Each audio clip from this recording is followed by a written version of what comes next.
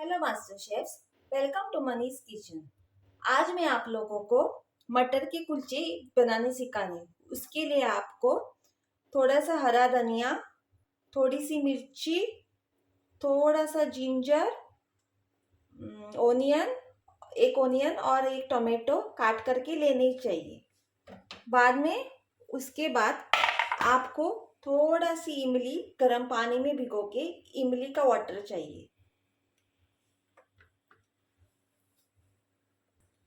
अभी आप आपका पैन में थोड़ा सा तेल डालिए और इसे हीट कीजिए। गरम होने के बाद उसमें आप आपकी ग्रीन चिली डाल दीजिएगा, जिंजर डाल दीजिएगा,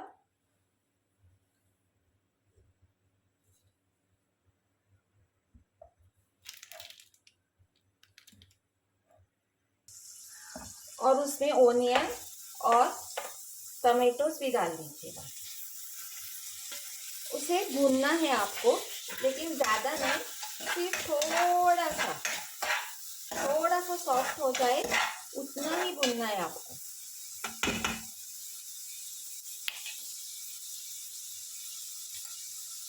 ये देखिए,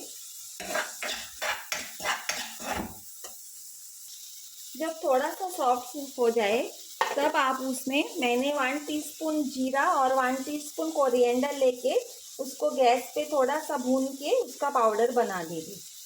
वो आप उसमें डालिए और बाद में सब सूखे मसाले डाल दीजिए, जैसे कि थोड़ी सी हल्दी 1/2 टीस्पून, 1 टीस्पून मिर्ची पाउडर, 1 टीस्पून गरम मसाला, 1/2 टीस्पून जीरा पाउडर, 1 टीस्पून धनिया पाउडर और 1 टीस्पून चाट मसाला। आप मसाले ऊपर नीचे कर सकते हैं आपके टेस्ट के हिसाब से। उसे अच्छी तरह से थोड़े से फ्राई कर लीजिएगा। थोड़े फ्राई होने के बाद उसमें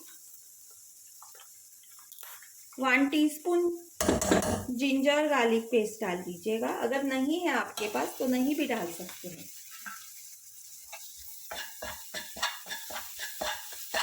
थोड़ा सा फ्राई कीजिए। मैंने ये इमली का पानी जो बना के रखा है मैं उसमें थोड़ा सा डाल दूंगी, अराउंड 1 टेबल स्पून। आप अपने टेस्ट के हिसाब से डाल दीजिएगा। थोड़ा लोगों को खट्टा ज़्यादा पसंद है तो आप ज़्यादा डाल सकते हैं। और बाद में उसमें 1 टीस्पून अराउंड आमचूर पाउडर डाल दीजिए। ध्यान से डालना, ज़्यादा खट्टा ना हो जाए।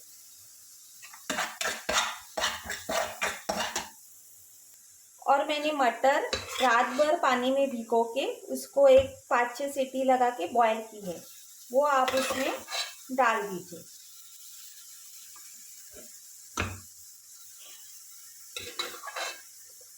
आपको जितना क्वांटिटी में बनाते का है उतना आप डाल सकते हैं। मैंने अराउंड 1/2 कप लिए थे।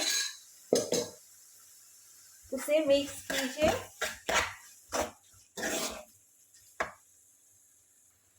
उसमें आप अराउंड 1 कप पानी ऐड कीजिए। ज़्यादा वाटरी मत बनाइए, क्योंकि जो मटर कुलचे होते हैं वो ज़्यादा वाटरी नहीं होते। थोड़े से इनको ऐसे मैश कर दीजिएगा, देख लीजिएगा, और पानी चाहिए तो उसके हिसाब से आप डाल दीजिए। अभी आप उसमें नमक डाल दीजिए स्वाद के अनुसार। मिक्स कीजिए। 1 टेबल स्पून अराउंड धनिया, ये कसूरी मेथी डाल दीजिए और थोड़ी बॉईल होने दीजिए। ये देखिए, अभी मेरा इसमें बॉईल आ गया है, तो मैं उसके ऊपर थोड़ा सा हरा धनिया डाल दूंगी।